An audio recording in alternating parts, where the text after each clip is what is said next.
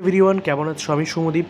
তো আজকে আমি নিয়ে এসেছি জীবনবিজ্ঞানের যে প্রথম চ্যাপ্টার মাধ্যমিকের তার কোশ্চেন সিরিজ নিয়ে। ভৌতবিজ্ঞানে অনেকটাই আমি সফলতা পেয়েছি বা অনেকটাই আমি রেসপন্স পেয়েছি, যেহেতু স্টার্টিং চ্যানেল বুঝতে পারি কেমন রেসপন্স আসছে।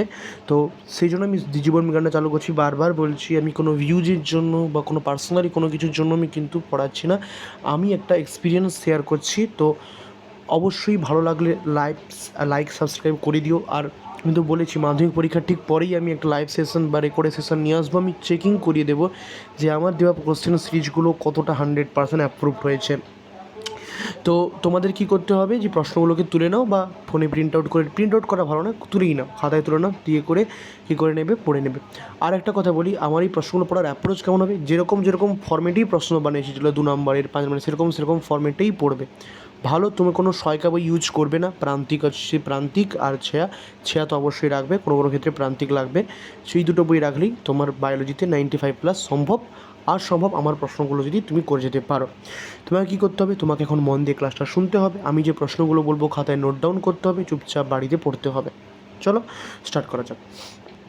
তো উদ্ভিদ হরমোনের বলছে, উদ্ভিদ হরমোন কি, এর অপর নাম লেখো। হরমোনকে রাসায়নিক সমন্বয়কারী বলা হয় কেন? হরমোনের বৈশিষ্ট্য, এখানে যে বলছে না হরমোনের বৈশিষ্ট্য, তোমাকে এখানে ইন্ডিভিজুয়াল উদ্ভিদ ও প্রাণীর মিলিতভাবেই কমন বৈশিষ্ট্যগুলো দিতে হবে। কোন বিজ্ঞানী সর্বপ্রথম রাসায়নিক সমন্বয়কে হরমোন বলে অভিহিত করেছেন? হরমোন শব্দটির উৎপত্তি ও অর্থ লেখ। কোন বিজ্ঞানী কত সালে অক্সিন হরমোন আবিষ্কার করেন? কত সালে কোন বিজ্ঞানীর আলোকবৃত্তির পরীক্ষা থেকে উদ্ভিদে হরমোনের উপস্থিতি জানা যায়? উদ্ভিদে হরমোন সাধারণত কোন কাজগুলো করে থাকে? হরমোন বা রাসায়নিক সমন্বয় কী, মানে সংজ্ঞা ইজ ভেরি ইম্পর্ট্যান্ট। হরমোন ও উৎসেচকের মধ্যে পার্থক্য লেখ। উদ্ভিদ হরমোনের বৈশিষ্ট্যগুলো লিখবে, পয়েন্ট করে লিখবে। উদ্ভিদ হরমোনকে প্রধানত কয় ভাগে ভাগ করা যায় ও কী কী? তারপর আসবে অক্সিন। অক্সিনের টিকা বলতে পুরোটাই করতে হবে, যেমন তোমাকে নাম করতে হবে, সংকেত করতে হবে, এটা অ্যাসিড না ক্ষারীয়, এর উৎস করতে হবে, সংজ্ঞা করতে হবে, প্রকারভেদ করতে হবে। পরীক্ষা পড়ে কোনটা প্রাকৃতিক অক্সিন বা কোনটা প্রাকৃতিকভাবে পাওয়া যায়, কোনটা কৃত্রিমভাবে পাওয়া যায়, IAA NAA প্রচুর পড়ে এটা পরীক্ষায়।